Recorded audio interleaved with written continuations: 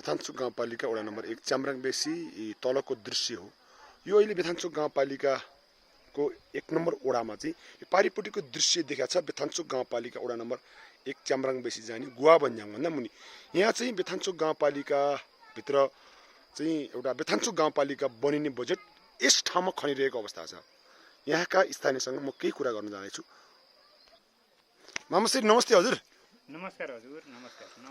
अहिले यो बेथानचोक गाउँपालिका वडा नम्बर 1 च्याम्राङ बेसी जाने बाटो तल्लो बाटो खोलेको चाहिँ कति वर्षदेखि भयो होला?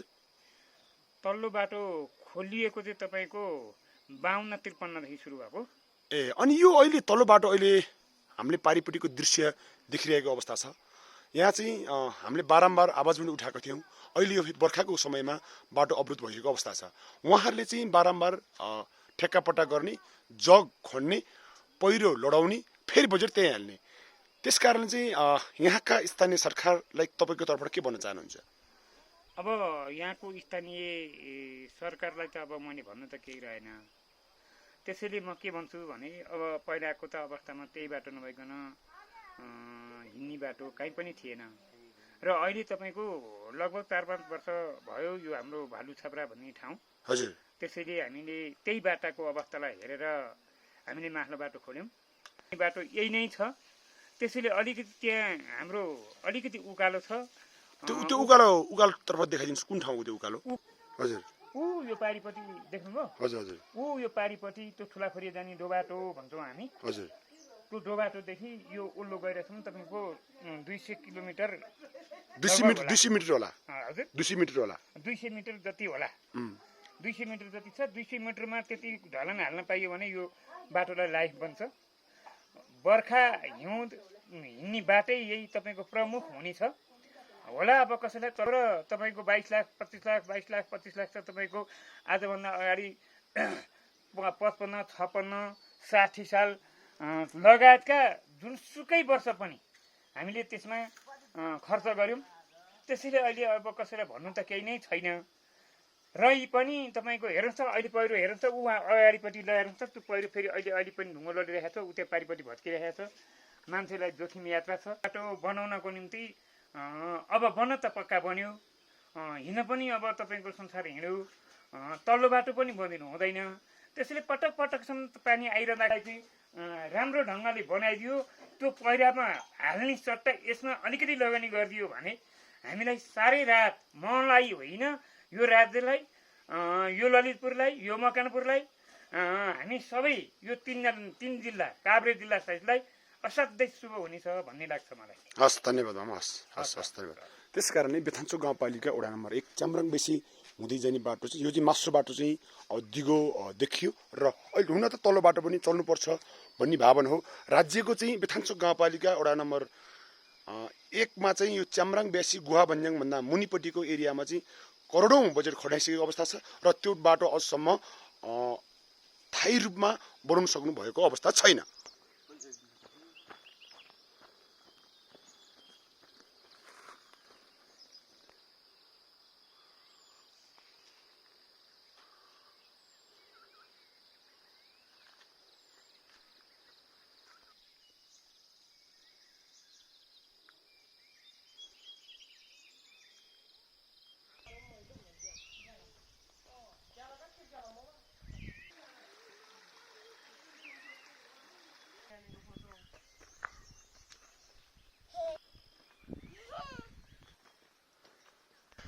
वाउ ल एक्सर्साइज मर्निङ वाक बच्चाहरूको पनि ल शाबाश।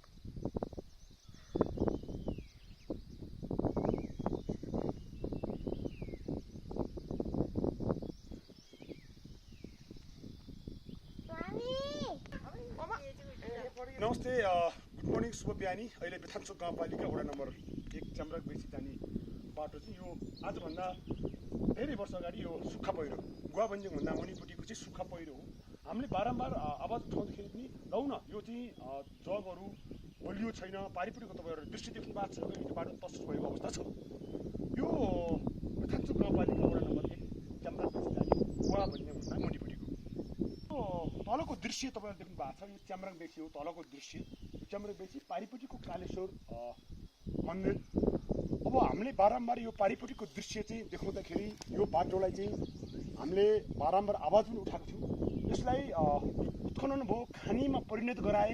यहाँका स्थानीय सरकारले बारम्बार आवाज उठाउँदाखेरि पनि उहाँहरूलाई कानमा तेल हालेर बस्नुभयो। अहिले त्यो पारिपट्टिको दृश्य यो च्याम्रङबेसी जाने बाटो चाहिँ बन्द भएको अवस्था छ। राज्यको करोडौँ पैसा एउटा बेथान्चो गाउँपालिका बनिने पैसा बेथान्चो गाउँपालिका वडा नम्बर 1 च्याम्रङबेसी जाने बाटो गुहाभन्ज्याङभन्दा मुनिपट्टि यत्रो लगानीपछि चाहिँ अझसम्म थाहै बाटो बनाउन सक्नु भएको अवस्था छैन। यो बाटो अहिले भालुछाप्रा जाने थला गाउँ जाने बाटो थाहै रूपले हुन सक्ने सम्भावना छ। यसलाई पनि अलिकति फोकस गर्दै हुन विनम्र अनुरोध गर्न चाहन्छु। सबैजनाको जय होस्, जय बेथान्चो नारायण जय होस्। यो अहिले बेथान्चो गाउँपालिका वडा नम्बर 1 च्याम्रङबेसी जाने बाटो, यो तल्लो बाटो अहिले पुरै बन्द भएको अवस्था छ र माथिल्लो बाटो वैकल्पिक बाटो खुलेको छ। तर त्यही पनि राज्यको बेथान्चो गाउँपालिकामा मैले बारम्बार यो आवाज पनि भन्छु, म यसमा चाहिँ एउटा बेथान्चो गाउँपालिका बनिने बजेट यस ठाउँमा खनिनु भयो, तर अझसम्म स्थायी रूपमा बाटो बनाउन सक्नु भएको अवस्था छैन। भनेको बेला जनताले गाडी चढ्न पाउनु भएको अवस्था छैन। उहाँहरू अहिले हिँडेर आफ्नो गन्तव्य स्थान हिँड्दै हुनुहुन्छ।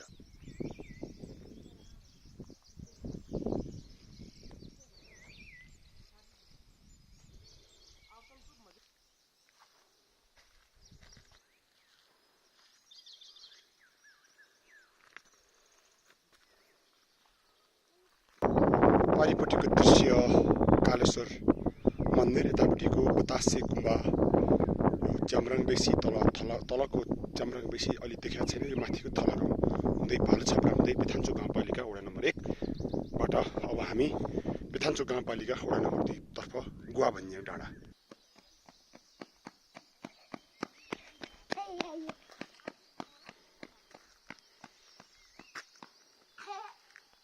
यहाँदेखि गएको ढल, यहाँको चाहिँ ड्रेनबाट चाहिँ अब तल पुगेर एक ठाउँमा जम्मा हुन्छ।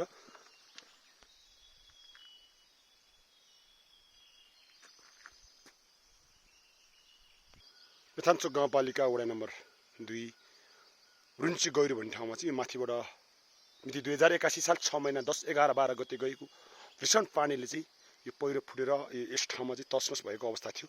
र अहिले पनि यहाँबाट विभिन्न ठाउँबाट ढलहरू ड्रेनहरू बनाएर तर एकै ठाउँबाट हालिदिनु भएको छ। अहिले यो ड्रेन, यो च्याम्बरबाट पानी तलतिर झर्छ। यहाँका स्थानीय जनप्रतिनिधिलाई पनि मैले बारम्बार भनिरहेको अवस्था थियो, तर यसबाट यो ड्रेन, यो ढलबाट गएको पानीले तलतिर तसनस हुन्छ भनेर पहिला पनि आवाज उठाएको थिएँ, तर यहाँका स्थानीय सरकारले कानमा तेल हालेर बस्नुभएको छ। अहिले यसको परिणाम भोग्नुपर्ने अवस्था छ। यसलाई केही धेर थोर रकम निकालेर यसबाट चाहिँ तलैसम्मै बनाइदिनु पाए हुन्थ्यो भन्दाखेरि उहाँहरूले त्यतिखेर कानमा तेल हालेर बस्नुभयो। अहिले यो बेथान्चो गाउँपालिका वडा नम्बर 2 पानीघाट गैरोबाट बगाएको पानी यो चाहिँ तल दुर्लुङखोरा एरियामा र तलतिर गएर बनपाली टोल एरियालाई पनि धेरै असर गर्छ। आजभन्दा अगाडि बारम्बार उहाँहरूलाई खबर गर्दाखेरि केही सुनाइ भएन। यो हुन त यो विपद यो बाढीले गरेको चिज हो भन्न त कसैलाई भन्न सकिन्न, यो प्रकृतिले गरेको चिज हो। तर त्यही पनि बेलैमा ठाउँबाट सुरक्षित भएर यो ढलहरू ड्रेनहरू मिलाएर तल खोलासम्म लगिदिया भए सायद यो नखोल्थ्यो होला कि जस्तो लागिरहेको अवस्था छ। यो आजभन्दा अगाडि नै यो यहाँबाट एउटा ड्रेन थियो, ढल थियो। त्यो ढल अहिले बगाएर लगेको अवस्था पनि देखियो र यो यहाँबाट चाहिँ सिधै तल चाहिँ यसलाई चाहिँ ड्रेन बनाएर तलसम्म पानी झार्दिया भए अहिले यो बेथान्चो गाउँपालिका वडा नम्बर 2 रुन्ची गैरो भन्ने ठाउँमा चाहिँ यसरी खोल्दैन थियो कि जस्तो पनि लागिरहेको अवस्था छ। यहाँका जनप्रतिनिधिहरूलाई पनि बारम्बार भन्दाखेरि पनि उहाँहरूले सायद नभ्याएर पनि होला, तर त्यही पनि योजनाका कामहरू गर्दाखेरि चाहिँ कसरी चाहिँ काम दिगो हुन्छ त्यसलाई चाहिँ बजेट हालौँ। यो बालुवामा पानी छर्के जस्तो बजेट भयो। पारिपट्टिको दृश्य तपाईँले देख्नु भएको थियो, त्यो ढल त्यहाँबाट त्यो ढल पनि यस्तै यहीँ पनि थियो, तर त्यो ढल अहिले छैन। यो ढल चाहिँ बगाएर लगिसकेको अवस्था छ। तलतिर अहिले ग्याबिङ तार लगाउँदै अवस्था छ। हुन त त्यतिले हुनुवाला केही पनि छैन। आजभन्दा अगाडि पनि त्यसै कारण त्यस्तै गरी काम गर्दै भई यो सायद नबोक्थ्यो पनि होला जस्तो लागिरहेछ। बेथान्चोक गाउँपालिका वडा नम्बर 2 दुर्लुङ खोला एरिया फेरि पनि तसनस हुने अवस्था देखिया छ। सबै ठाउँबाट चिराफारा भएर गएको अवस्था छ।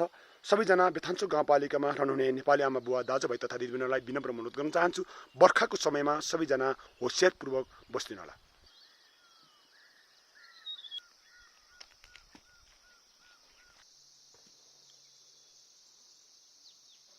पारिपट्टिको दृश्य खोराथली भन्याङ भन्ने ठाउँ हो यो। यति आनन्द छ, हरियाली, सुन्दर वातावरण।